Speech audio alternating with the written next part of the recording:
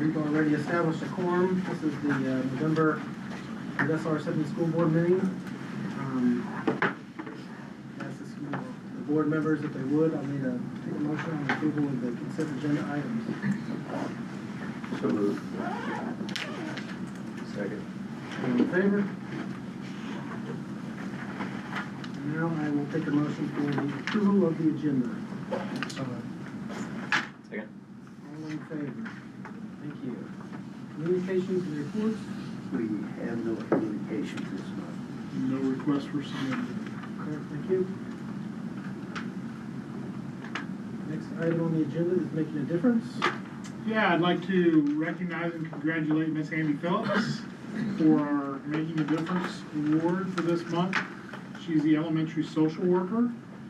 Some of the comments that her fellow staff members had to say, she is always willing to help and provide resources for the students at Macquarie and Upper.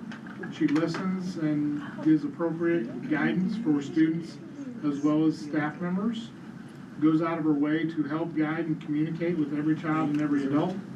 She's thoughtful, dependable, and a genuine team player who brings positivity to everything she does. And Ms. Phillips, thank you very much for everything you do. Thank you, I'm honored.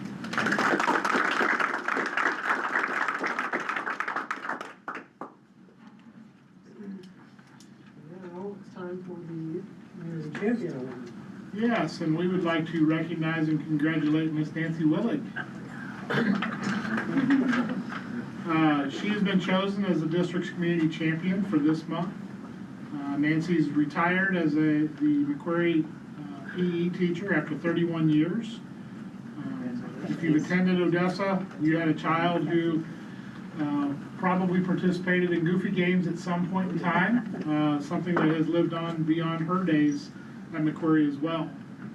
Throughout her career and beyond, she's consistently gone above and beyond for Odessa students and the community.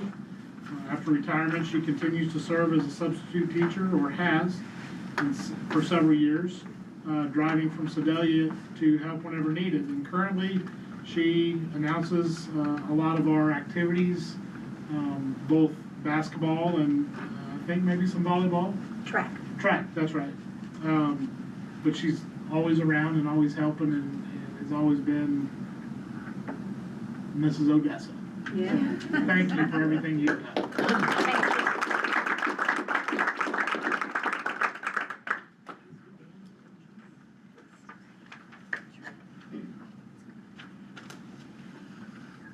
Next item is the academic focus. Ms. Melizzi. Come on up, kids. Are you ready for school?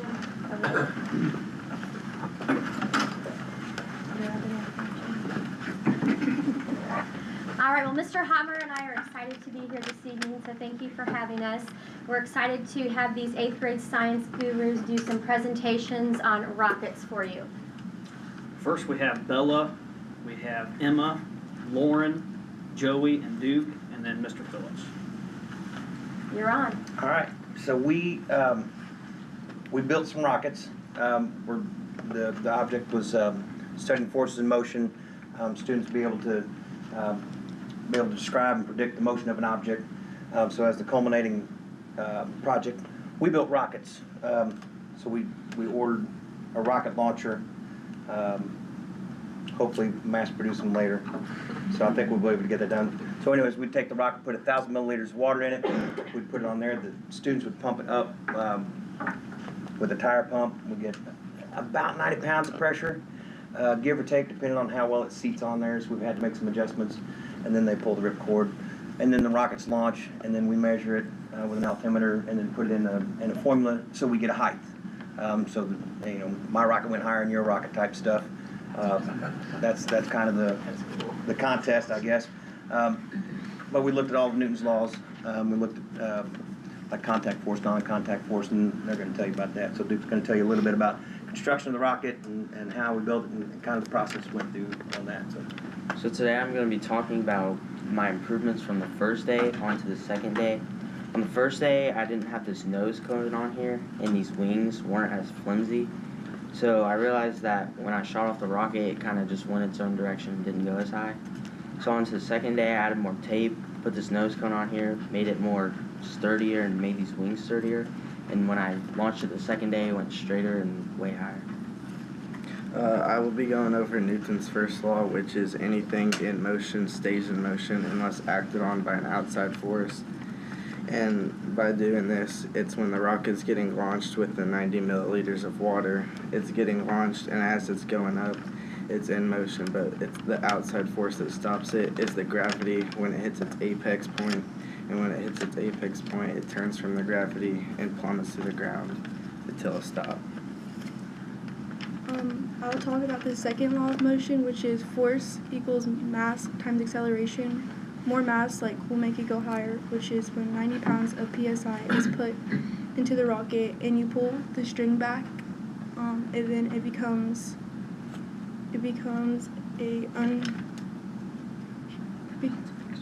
an unbalanced force.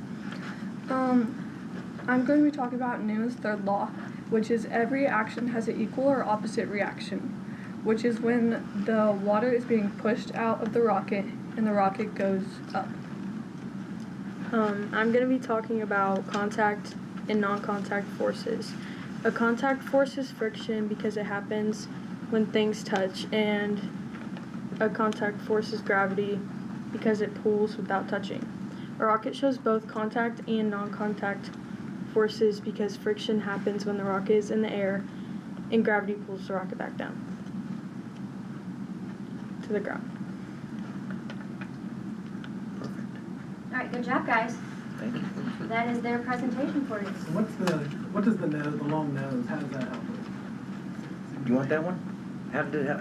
So when you put the nose cone on, how did that help? So between the first one that you built didn't have a nose cone. How did it help on the second one? It helps with the aerodynamics by the wind. It's coming, when the wind's coming, it's going off of this and then off the wings, and when it goes off the wings, it's pushing it back up in a straighter direction instead of it going whichever direction it feels like. So what did it do without the nose cone? It would you go in a random direction. Like a and bad launch football it, toss, yeah. right? It just end over end. So it helps stabilize it. Who had the highest rocket? Is. Who else? This guy. Yeah, how many years you been building? 20-something. Yeah. But we don't put mine is not in the data. So we leave it out. Mine's just kind of, that's something to aim for. Did you show them your model before they Oh, came yeah. up with their own? Yeah, so I've built, I don't know, all kinds of different models, but there's a couple YouTube videos, and then we did some ed puzzles to kind of introduce some different ideas. So, yeah, so far so good. And then it got cold, otherwise we'd still be doing it. So I got a question. You put water on the inside of it? Yes. And then you pump it with air and then the water comes out as it goes up? Yep. Yeah. So we'll put 1,000 milliliters of water. We'll go on there. Then we pump it up. We pull the string, pulls that down. Oh, I see. So the air goes to the top of it and then pushes. Okay. So that's the Newton's third law. I'm kind of dense sometimes. It takes me a minute. That's all right. We want to build a bigger one, though. Yeah, that's cool. How many students do you have in your club? Oh, this is class. Oh, this is the class. Okay, Yeah, sorry. Just under 150. Yeah. Yeah, that's good stuff. Good job, guys. Thank you. Awesome. Thank you. Thank you. Thank you.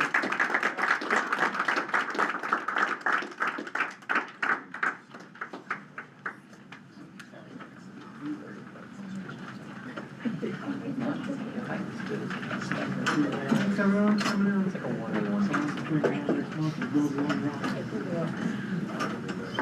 You don't have to be. We're getting to the financing.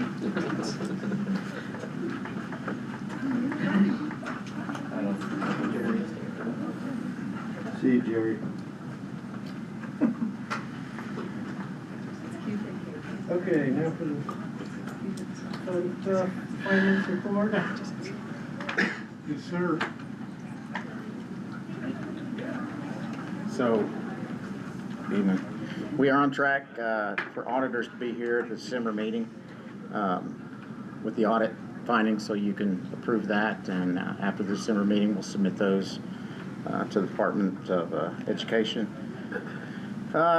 Recently, we completed it's called a GASB 6 state. The Government Accounting Standards Board evaluates our essentially our accounting, and they select our peers and PSRS submissions to evaluate that.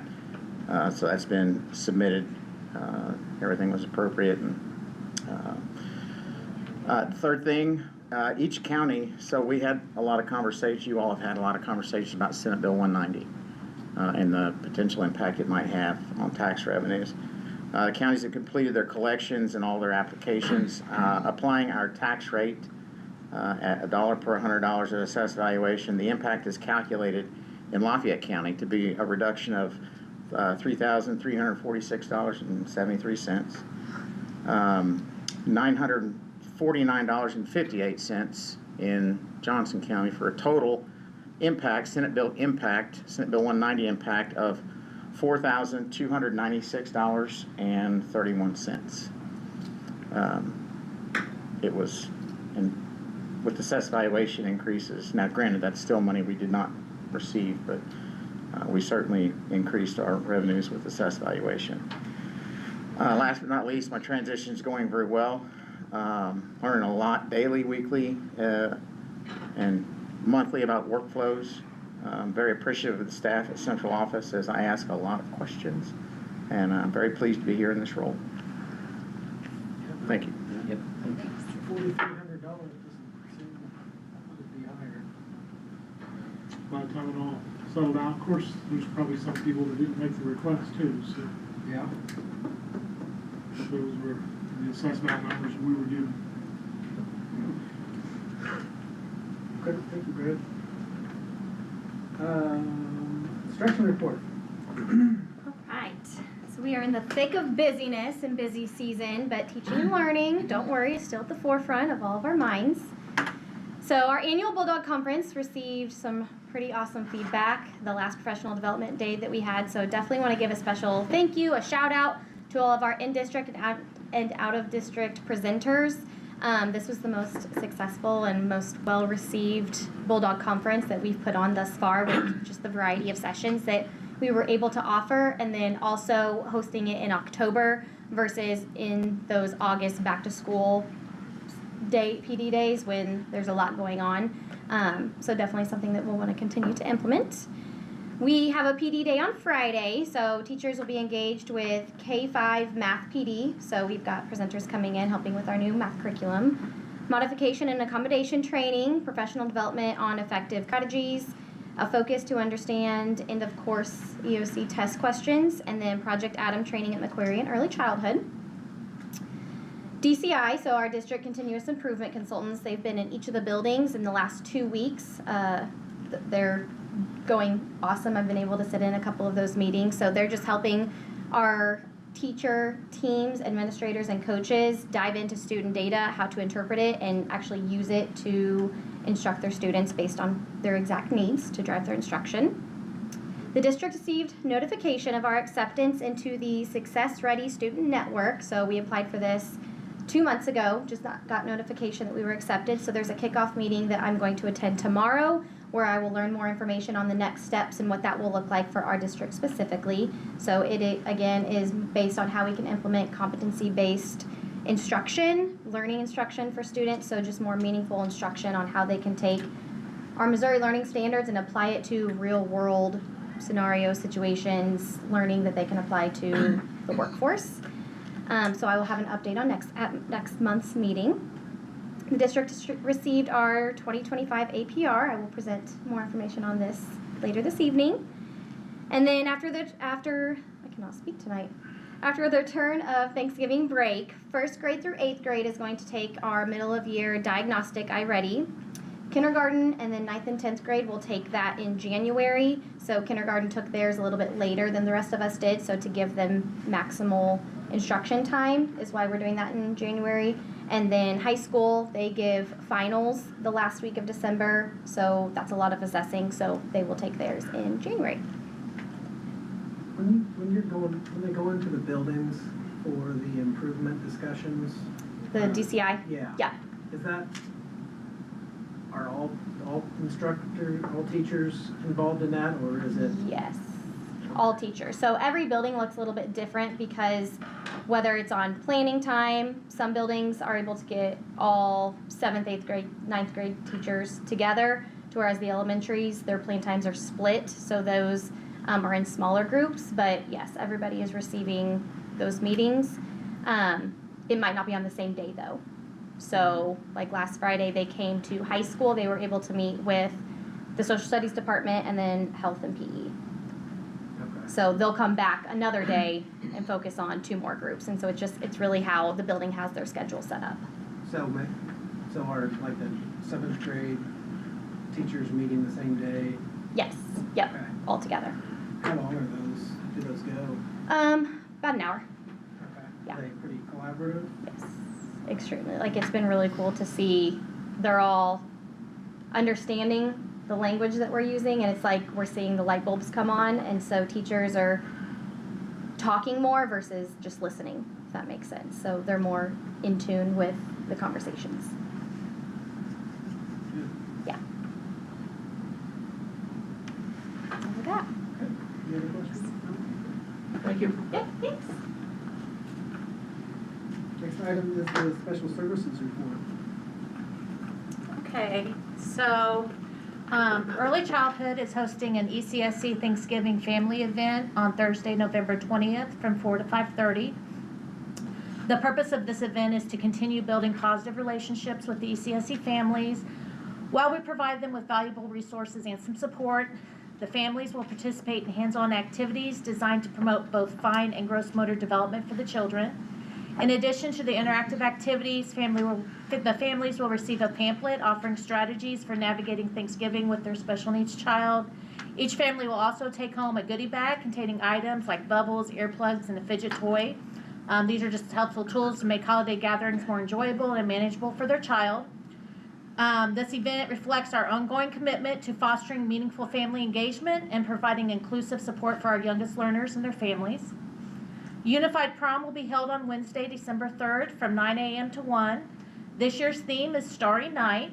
We're excited to have a participation from 5 districts, Lexington, Wellington, Higginsville, Chilhowee, and Holden, with a total of 111 students attending. The students will enjoy a pasta lunch, and one of our DECA students will be organizing a snack bar for the attendees to enjoy throughout the event. This collaborative event provides an inclusive and celebratory experience for the students across the district, fostering connection, friendships, and community growth. And then our Christmas in the Park event will be held on Monday, December 15th. This will be an all-day celebration for both the elementary and secondary students. 2 groups of students will be participating, elementary and secondary, each with activities tailored to their developmental levels. So the elementary students will enjoy a holiday craft, a snack activity, and a special visit from Santa Claus, who will present each of the children with a gift.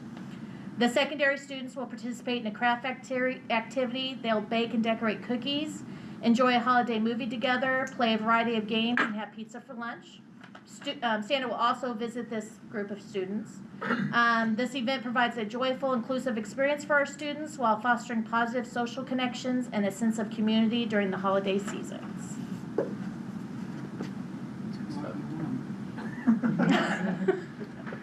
Anything else? That's it for now. Okay. Thank you. Yeah. Operations report. Sorry, I don't have anything that exciting. Just a few things, I'll go over just some of the things that have been going on, and some we've talked about before, but the high school, here, the ADA doors out front, they've completed that with the relays necessary to get that functioning. In the process of getting caught up on some work orders, winterizing outdoor buildings going on right now with the weather changing. The high school here, the restrooms down by the counselor's office is getting new flooring. The first part of Thanksgiving break, the tile had gotten really bad down there, so we take it out and do the epoxy floor like we did in the kitchen a couple of years ago. We've got Mike has talked to an electrician and getting a couple bids on some electrical work, both in the ag building and here in the gym at the high school. Been working on recent changes to exterior lighting, some here at the high school, as well as Macquarie, and then I believe Upper's next on that list to get get those up and going. Safety and security items, school safety assessment checklist has recently been completed by each building. We talked about that as part of just the ongoing efforts to improve safety throughout the district. So we'll be working with those surveys that the SROs and the building principals completed and make additions and corrections where we need to, they've identified. Also on safety, as part of the I Love You Guys Foundation that we talked about earlier, we're working on a reunification box just so we have a lot of items together in one place in the case of an emergency. Officer Bell has been a big help with that particular project and getting that going. So once that literally is a box to put all kinds of supplies and materials in that we would use if there was an emergency. Food service, OPA continues to do a nice job for us. She put some information out for me a few minutes ago. We've served so far about 9,400 breakfasts, a little over 22,000 lunches, and about 4,200 after-school snacks. So that's the after-school snack. Our students that stay for an activity or a sport or tutoring, they get a sack with, and it just depends on the day, but maybe a string cheese and an apple and a juice, for example, would be one. So those kids get an opportunity to have another snack in the afternoon. So we appreciate that addition. Is that in every building? It's available, yeah, and not everybody does it, or not every, we don't make them take it. Some of the coaches have really jumped on board to get that for their teams. Some groups don't do it at all. It just kind of depends on the needs of the students that are there or the want to do it. But yes, it is available. Our DESE, for food service, our DESE administrative review is this year. It's scheduled in February, so we've started on that. You have to send a lot of documents off to them ahead of time, and then they'll actually be on site one day in February toward the end of the month. And then transportation, Kathy here at our location, she continues to do a good job being flexible and making a lot of adjustments to meet the needs of what we need. So we have to adjust or combine occasionally, but not near as often as you'd expect for what she is dealing with sometimes. So proud of what she's able to do with the drivers. Raj, did that afternoon snack just start this year? No, it's being more utilized. We did it last year and maybe the year before. It was like mid-year, maybe the year before is kind of when we started. But each year it gains a little more traction on staff members taking advantage of it. I think at the middle school, I think Kendra maybe even delivers to each group at the end of 4 o'clock when it's time for the events to be over. She goes down and takes them to them. Always got it after football every day. It was So nice. yeah, it's good for them to have. Yeah. I wanted to give accolades to whoever's been doing the landscaping, like around the bus loop and in front of the middle school. I saw like a tree was planted and maybe some shrubbery. Yeah, so that is Mr. Collins and, landscaping, I think is the title of the class. So yeah, they did central office last year, and then middle school, and then in the bus loop this year, and then I don't know what the plan is for next year, but the plan is kind of to do the fronts of each of the buildings. So, It's nice yeah. to see some new fresh stuff. It looks good. Absolutely. Okay. Now is the superintendent report. Yeah, just a couple quick things. Legislative session is just around the corner, and there's already starting to be some discussions. I think two of the main topics that will get a lot of discussion are tax reform and open enrollment. As the session starts, we'll follow those things closely because obviously not just our district, but all districts are going to be closely impacted on whatever decisions, if decisions are made about those things. So we'll be keeping an eye on that. Sign up for board is coming up in a few weeks for the April 7th election. We do have the 3 positions previously mentioned. The first day of filing is December 9th. And starts at 8 a.m. Filing hours will be 8 to 4:30 on days we're in session. The last day of filing is December 30th, and we will have the office open from 3 to 5 on that day because filing has to go until 5 o'clock. Location will be the central office. Requirements are they have to be a U.S. citizen, at least 24 years old, a resident taxpayer of the school district with no delinquent tax receipts, a resident of Missouri for at least 1 year prior to the election, not registered or required to be registered on the sex offender list, and then new members have to complete an 18.5 instructional hours of board member training in their first year of service. So, just wanted to point those things out.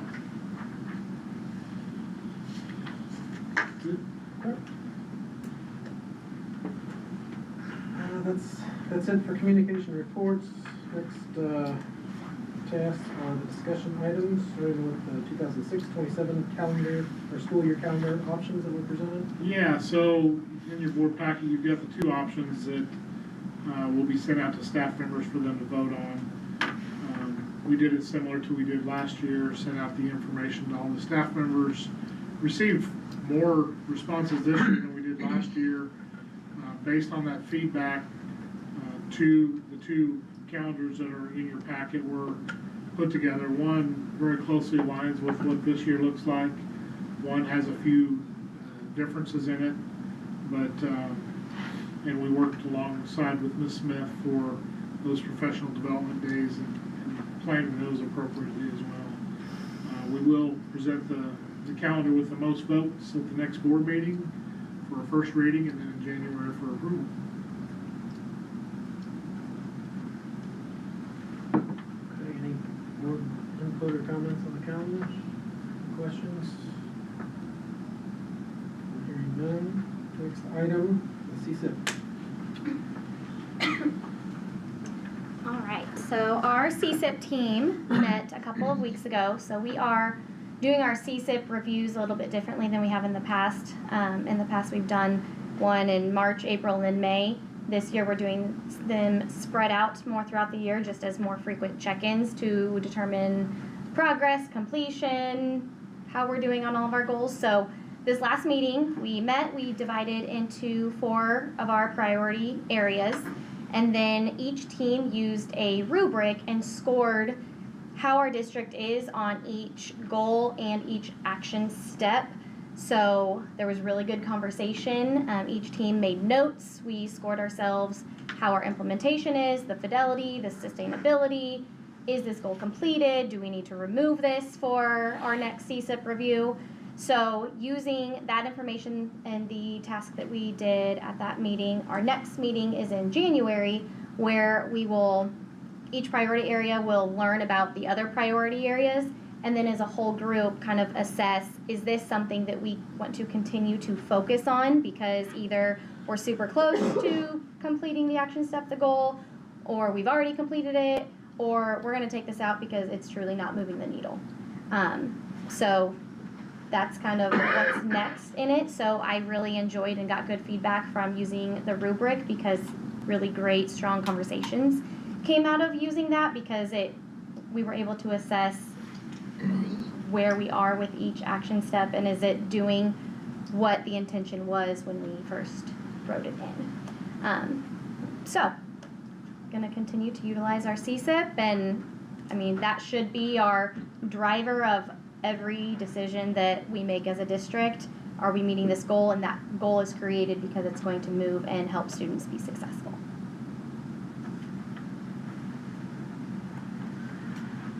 I liked the rubric. It was more easy to dive into each Yes. Goal. Good. Yeah. Good. Thank you for that.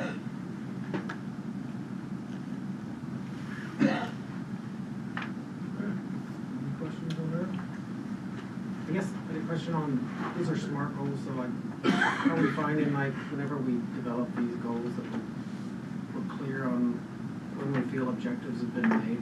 We've determined that we wrote these SMART goals and maybe we're not clear enough. For example, one of the ones my group talked about was improving MAP scores by 2% annually. Okay, is that as a district? Is it by grade level? Is it by a certain subject area? So conversations were made that we need to be a little bit more specific because maybe we are stronger in one subject area versus the other. I can see that happening. Yes. So, but now we know. We know better, we do better.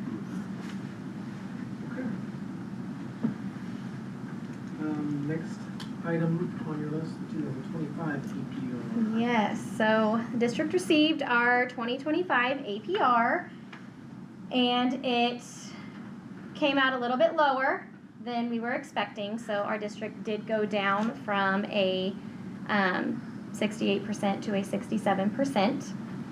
So overall, a decrease from 1%. The decrease came from losing 3 points overall in the performance area, specifically the Success Ready network, or Success Ready students, which I'll kind of dive into.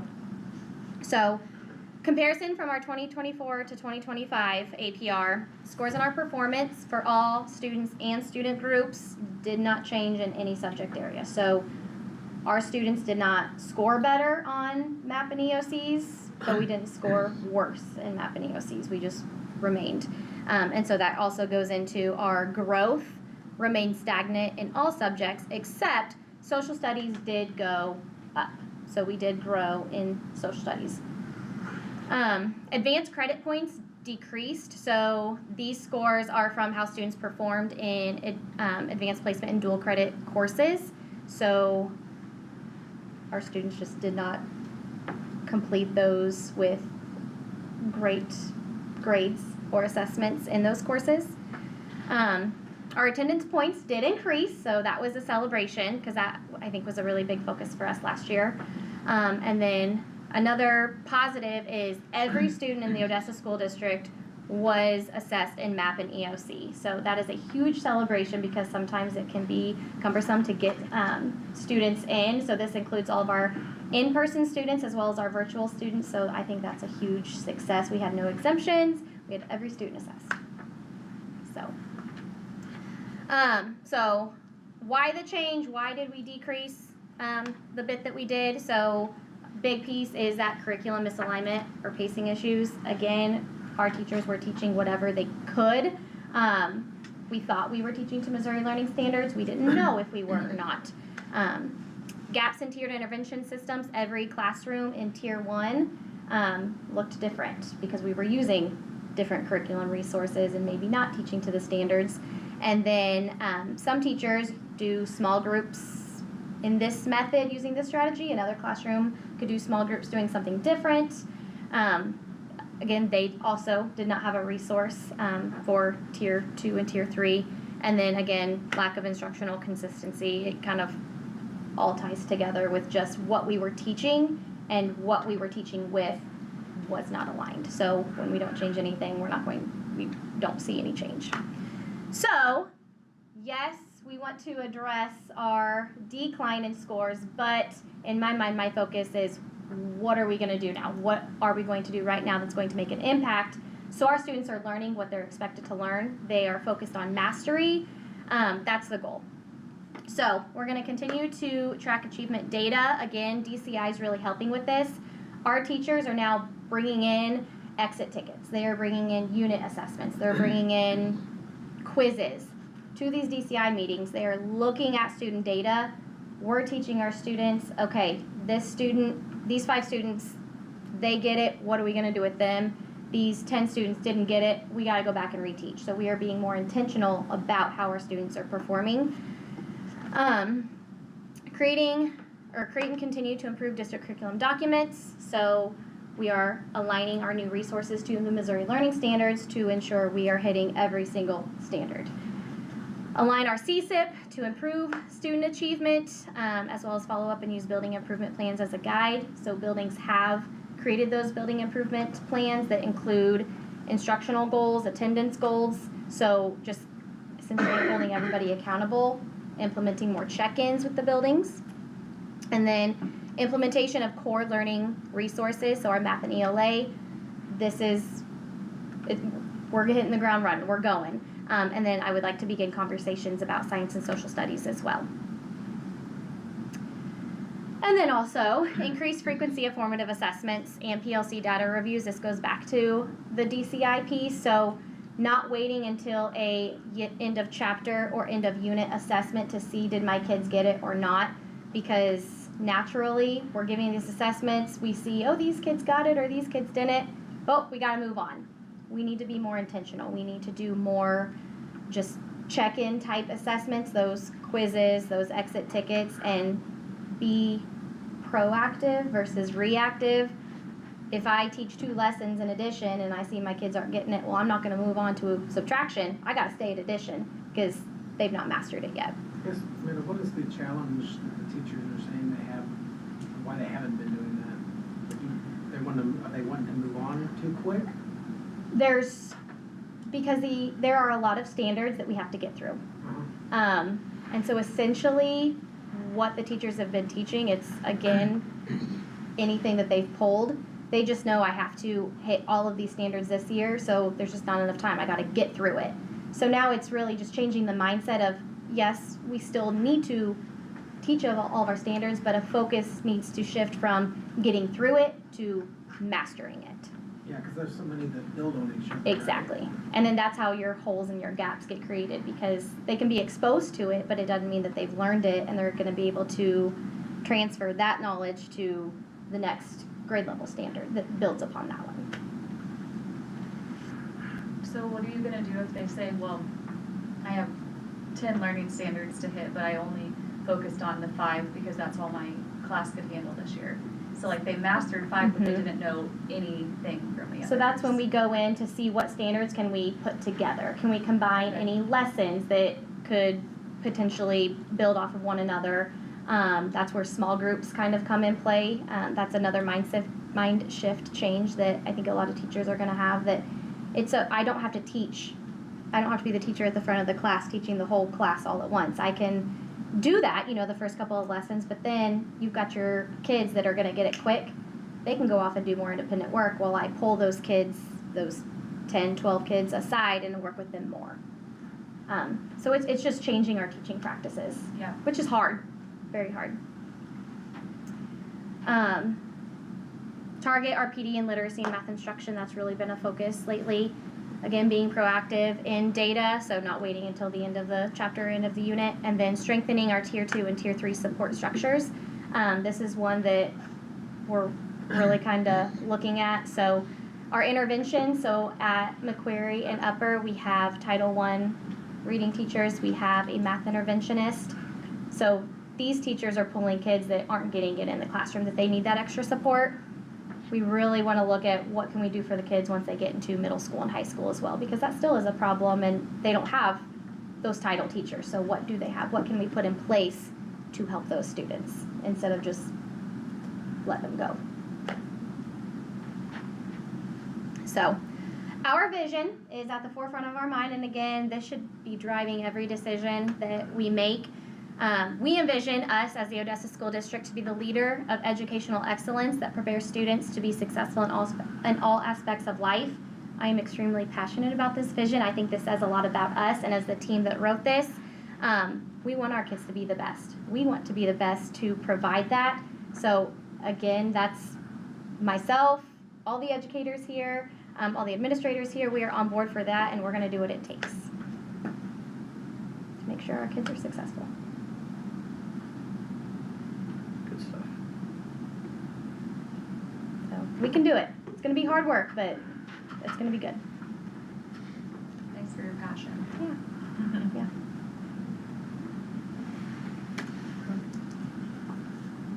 Okay, thank you. Yep. Next discussion item is the curriculum handbook. Yes. So first reading of our curriculum handbook. This is revised, updated, and brought to the board annually. We are required by DESE to have a curriculum handbook that spells out our curriculum process. So the main revisions, or the changes from last year to this year, are where our curriculum is housed. So previously we utilized a platform called Embark. So we paid a subscription to this company, and it was where we put in our lessons, our standards. You can link tests and materials. It was not user-friendly. Last year, met with quite a few staff members, kind of got their inputs on utilizing this platform, and it was not great. So the goal should be that we are required to have a visible, viable curriculum that is easily accessed and utilized. We want any teacher, new staff member, sub to be able to go in and have a curriculum that they can pick up and teach. So we have not had that. So again, main changes are we did not renew our subscription with Embark. We are now housing all of our curriculum in Google Drives. Teachers were already doing this, so it made sense to just strengthen and beef up what we put in our Google Drives. So every building has a curriculum drive. It is in there. There are folders for grade levels and then folders for content areas. In here we have the standards that we teach, we have the assessments, we have the PowerPoints, we have all of a list of materials needed for the lessons. So you truly can go in, click, I'm on Unit 2, Lesson 5, Day 4, boom, here's the standards I'm hitting, here's my lesson, the activities, the materials needed, all right there. So, long story short, that is the main change that is in this handbook for this year. I had a question, I don't mean to backtrack. But No, you're good. On the AP and dual credit enrollment and how we got docked for that, I guess trying to understand how, and it's already advanced, is enrollment in that up and we're not meeting grades? So it is, we get, and this is one I transparently am still learning, to fully understand. But we receive our points from student grades and the test score. So they put so if a student got a C and then got a lower assessment score, we get this many points. If a student got a B but got a higher test score, we get this many points. So it's a combination of grades and test scores. DESE does have a document that shows student grades and test scores and where the points come from. So that's kind of the next step is going to be to dive into that. Is it our grades? Is it the assessments that we're giving? Is it both? Like why did that go down? But it's gonna be based on performance. Yes. But a lot of our AP and dual credit are just virtual now, right? Like we don't have a lot of staff teaching those. Yes, there's quite a few that are virtual. We offer some, and it is a lag year. So this was our 2025 APR, but these scores were from the previous last year's graduating class, like the year prior. I just feel like that there has to be a connection there of like not having someone in person teaching them. Absolutely. Yeah. Absolutely. I don't know how you get away from that. Like, just looking, I think maybe what can we offer here, and then how do we encourage students to enroll and take those classes? Do we not have teachers teaching them because they're not qualified to do the AP or they don't have a master's, or is that the reason we I think have that's more virtual? a big reason, yes. Yeah.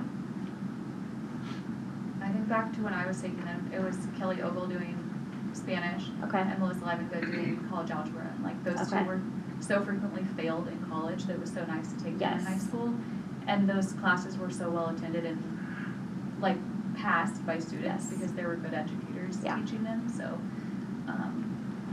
love to like get back to that. To the in-person. Yeah. Yes, because I agree, there's such an advantage of being able to take it in high school versus, when you get into college. Yeah. For sure. Did I answer your question, Cole? Yes. Okay, Yeah, I was struggling with that. yes. With that scoring criteria. Any other questions for Amanda? Thank you. Yep, thank you, guys. Next is the Macquarie Facility Assessment Report. Or, I'm sorry. This one, curriculum handbook, sorry. She just did that. You were on the first time. You went back, so then you thought we Yeah. hadn't done That's it. right. Now it's Macquarie Facility Assessment, sorry. So as part of the construction process, IDS has completed a facility assessment of the current building. So they have a preliminary report to us that highlights some of the needs that need to be addressed. And we're working with them also on potential uses for the best areas of the building. kind of in conjunction, working together with that. So I have preliminary information. I'm really not gonna share much because I don't wanna give you inaccurate or incomplete information, because by the next meeting, we should have the full report where I can give you a lot of good stuff. But they're looking at everything from mechanical systems to classroom space, exterior security, playground, just really an overall good picture of the building, and gonna have a full report. So I will share specific and detailed information at the December meeting, but just wanted you guys to know that they've been here, they're working on that, and then hopefully even getting with some experts on putting some cost to some of those things as well, renovation, demolition, different options on what could be done on various parts of that building moving forward, should we be able to have some new construction going on. So that's where we are. Thank you for chasing that. I think that's gonna be a huge piece of the information needed for the community. I think that's good work. How's that getting billed, the work that they're doing on those assessments? Like, how are they getting paid, or what did we pay them for that work? Or? They work for the work. They work. So some of that is just kind of worked into the schematic design phase, really. I mean, them designing new, it doesn't really impact the old, but also part of our new discussion with them has been, what ifs if we do have to design something around that building or in part with that building. So part of it's close enough in with that they're doing that work as part of that process. Okay. Yeah. And that facility assessment, full scope was done and paid for in '21, so they're just kind of updating what has, have there been changes or, to the building since they were in the first time. So Okay. Yeah. it's a complete assessment, but it's just an update of what they already did. Yeah, their time here this round is considerably less than because it's been recent. Yeah. And anything on the traffic study? So we hope to have something on that in December. Oh, it is. Okay, That's in sorry. ODOT's hands. That's in the next agenda item. Sorry. But yes, that's still out there too, Okay. for sure. So that's it for facility assessment. On to the elementary building. Try to not look at both screens here now. All right, so just an update on project and where we are. So what I'm gonna, here, the traffic study, so open to have information back from MoDOT, staff and community meetings. So 3 meetings with the Macquarie staff, 2 community meetings, opportunities with IDS. So they were able to gather a lot of feedback and provide possible design options. Again, possible designs, but I'm gonna go through with you just briefly with what the presentation was to the teachers in the 3rd meeting with the teachers based on feedback from the first 2 teacher meetings. And then some of this information also is exactly what they went over at the 2nd community meeting as well. So just so have it. So just some of the themes from the staff, grade level pods, the centralized media center, and specials classes, kind of being together in the center, and gymnasium and the cafeteria close together and close to the entrance, a stage. These are all things that kind of came out of those conversations with staff. Again, more things that came out of that staff and community, natural light, balanced colors, that balance of openness and glass versus security, that fine line, or wherever that line even is anymore. Collaborative pod areas, flexible furniture, outdoor learning, student work being displayed, kid-friendly and fun. So 3 options really that they covered. Again, all 3 options kind of basically at that southwest corner of OUE on the upper soccer field, we'll call it, because everybody probably knows what I'm talking about if I say that elevated area out there. So one option would be roughly this design, a 2-story structure with, again, very rough idea. So the first floor being office, gym, cafeteria, special education in a wing, and then kindergarten in a wing. And then above that being your first grade, second grade, and some more of your specials with art, music, and the library at the top of there. Another option, that says option 3, but we're gonna go with it because I know the other one's coming. This option was a 1-story, so you see the additional wing on there. Obviously that creates a much larger footprint, increases the cost quite a bit because of that. But that floor plan could look something like this, with administration, special education next to one another, the gym, dining, all right there. Again, our facilities get used a lot with the gym space, with the community as well, so having that near the main entrance will be important. And then you kind of have the special there in the center, and then essentially a wing for each grade level. A third option, again, back to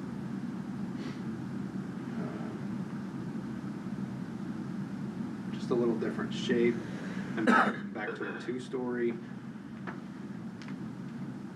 This one would have, again, administration, gym, dining, main level, special education and kindergarten, primarily in the 2 wings. And those of you that were on those building tours, was that just last spring on the tours? This is like one of the buildings that we were in, that first building we were in, is essentially this design, if you recognize it. And then on the second floor, have all those specials right there in the center with the library, and then first and second grade at the top. So I didn't get into trying to explain all the little pictures because they're very small and we wouldn't be able to see them. But those were, all the little pictures around the edges are pieces. They had an activity where they had like green dots, yellow dots, and red dots where they put them on there, and things they really liked or things they really didn't like. So all the pictures around the outside in your exhibit are green dot items, things that they really liked, whether it be for openness or light, bright, colorful, those kinds of things. So again, that was Ariel's 35 to 40 minutes in the last 4, but just so kind of everybody's getting a feel of the conversations that have been going on. So a lot of good stuff, a lot of good ideas. So we're working through it. Yeah, I guess what I've gathered, the biggest challenge I'm hearing is from the community is the 2-level building and trying to get their head around that with little kids. So, I still feel we need to listen to our teachers, and we need to understand other schools that have this and how it's going. So, sure. I feel like that's one of the bigger issues that people are asking questions about, is how that impacts all the steps, just one elevator, whatever it is. And I do think it's important that we have been like culling through these images and these facilities for like over a year now, like visiting facilities and helping with ideas. So it's not just like we pulled it out of a hat one day. Like I feel like we've done our due diligence of researching what would best serve our students. And when you say we, all these people that are, these stakeholders that are part of this committee, right, or have all kind of been participated in this, or? So there was, even at these community meetings, there was, that committee that was developed, certainly many of those members were able to come. That's what I'm saying, yeah, so it wasn't just like. And then additional community members as well. Yeah, it was actual stakeholders that have been involved in some of this. So. The committee, we haven't met as the committee the main goal of the committee was looking at what direction do we want to go with, whether it's an add-on here versus going out to upper elementary site selection. Okay. And it's kind of understanding what our community would get behind, because there's a bit of difference. In cost. Yeah. Yeah, I understand. And so these meetings are more open to anybody to come in and Yeah. what do you want to see in this new, what's important to you and your interaction with the building. Yeah. The issue with the single level or the two-story is financial, isn't it, for the most part? It is, yeah. Right. Do you know, like, percentage-wise, what the difference, is it like, do we save like 10% or 20% by going two-story, or? I would hate to say a number. Oh, okay. I don't know that we've been really given a percentage.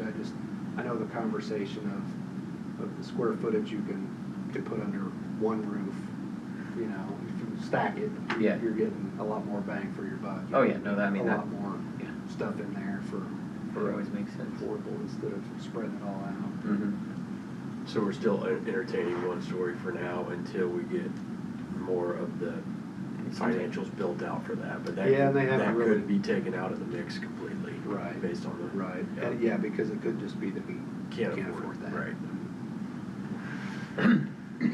And the two facilities that group toured I think it was last fall, with like I think Lacey, you're a few of right, those teachers, yeah. both of them were two-story. They were newer buildings and they functioned just fine for lower elementary It seems like students. a lot of schools, like anymore, you see them going, they're always two-story. And other districts are no different than ours either, you know, with finances and that being an attractive thing. Just utilizing the money in the wisest way. Yeah, being a possible. good Yeah. steward of it. Absolutely.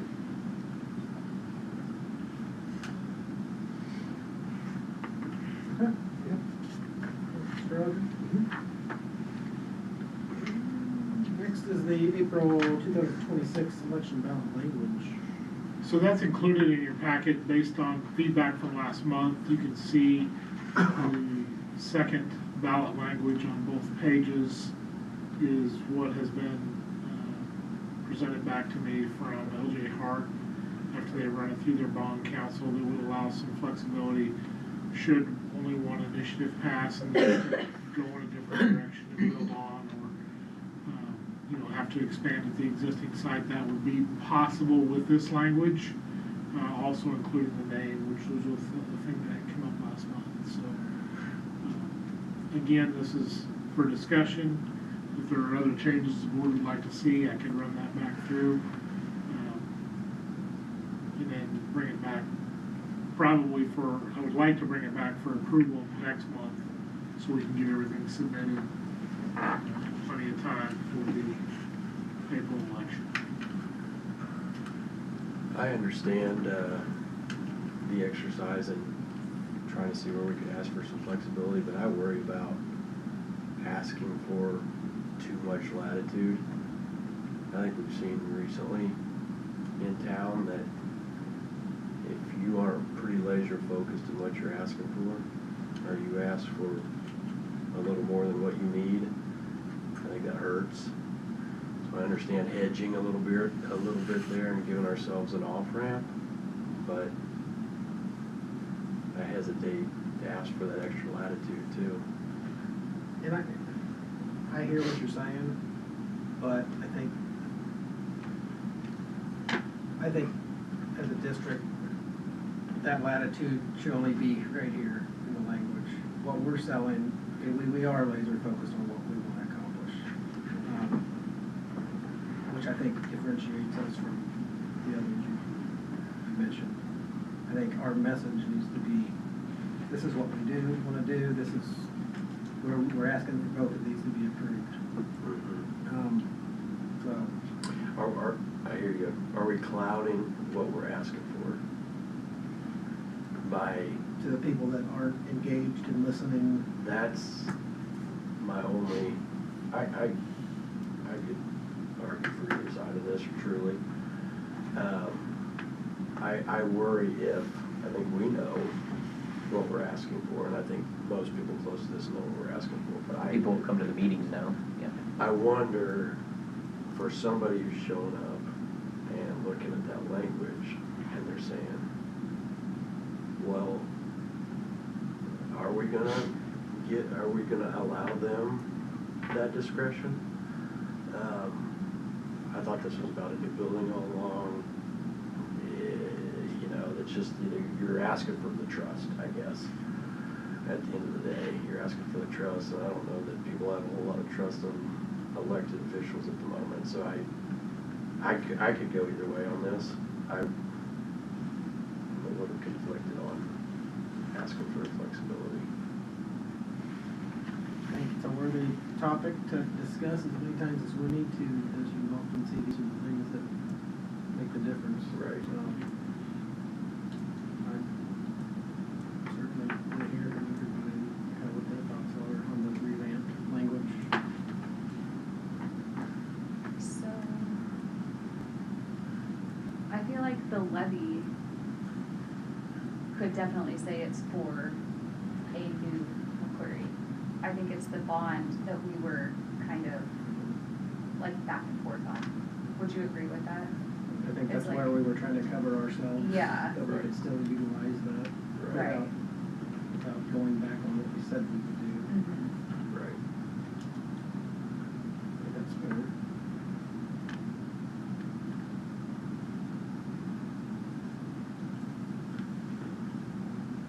And I'm sorry, whenever I sent this, I guess I didn't have like a definitive,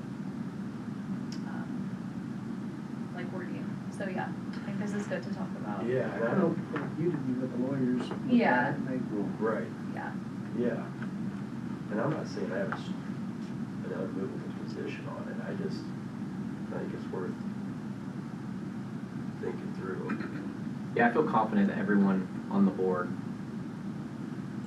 their priority is with the elementary school, and everyone recognizes, like, that's what we need to take care of. Like, we really shouldn't be spending money anywhere else until we get that taken care of, whether it's through this avenue or other avenues. Like, that's priority number one. But like you said, we want to make sure that everyone who doesn't watch the meetings or isn't informed understands that through this ballot language, like, this is what we care about.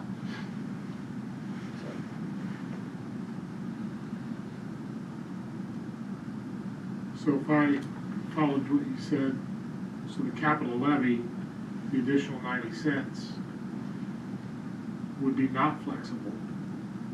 And the bond would have the flexibility that if the capital did not pass, we could use it if we were to move forward with a phased in, 15 to 20 year phased in replacement.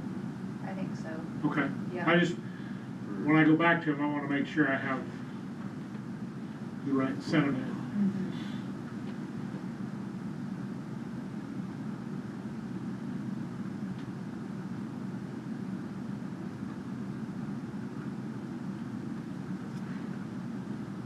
Do you feel still conflicted on like the bond language?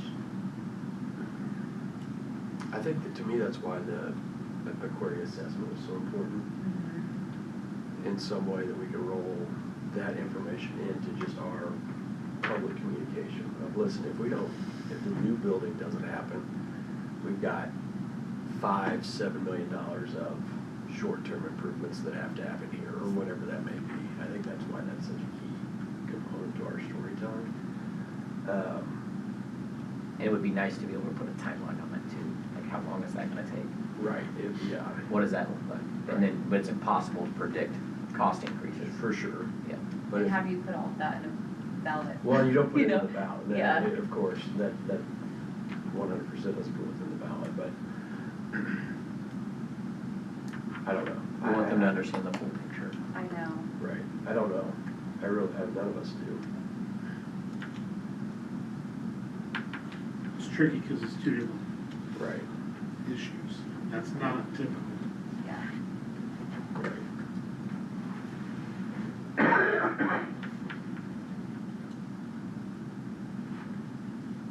I can take that back to them and see what they say. And go from there. Yeah, let's, ask them, kind of get the gist of what we're trying to, our issue here that we're trying kind of play both sides here, so we can see if they have some opinions on language, help with that. And I would say, so that we do stay on schedule, send this out, it can be, email, here's. I guess I wanna make sure we stay on schedule and get this figured out. Completed. All right, so. Yep.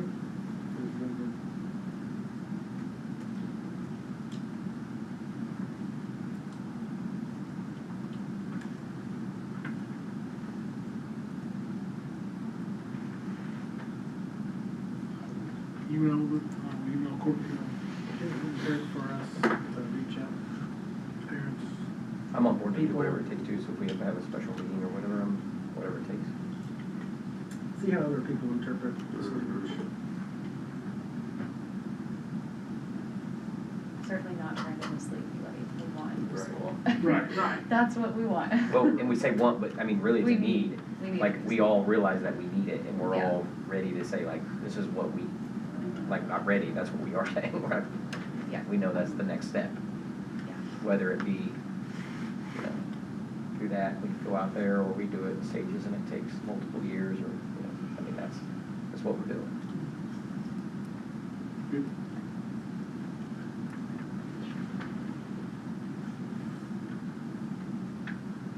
Okay, there's nothing on that.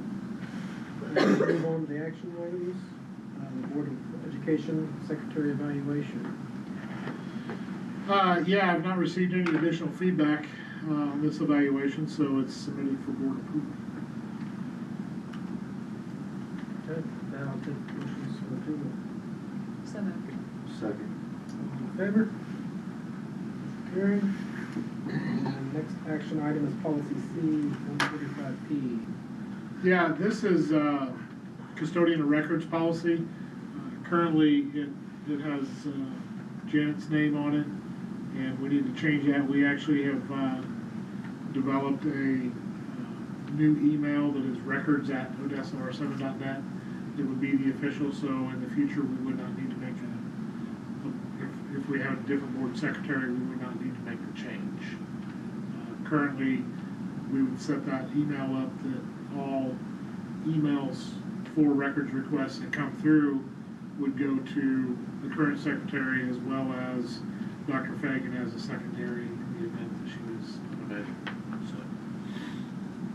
Okay, so it's basically just saying the board secretary is the title position. Correct. Who's responsible.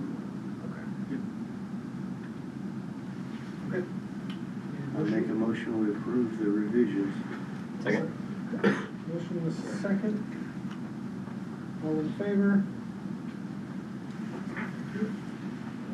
And with that, we'll conclude the meeting. I need a motion to conduct an executive session, including any record or vote at the next scheduled meetings pursuant to statutes contained in chapter 16.021 RSC no.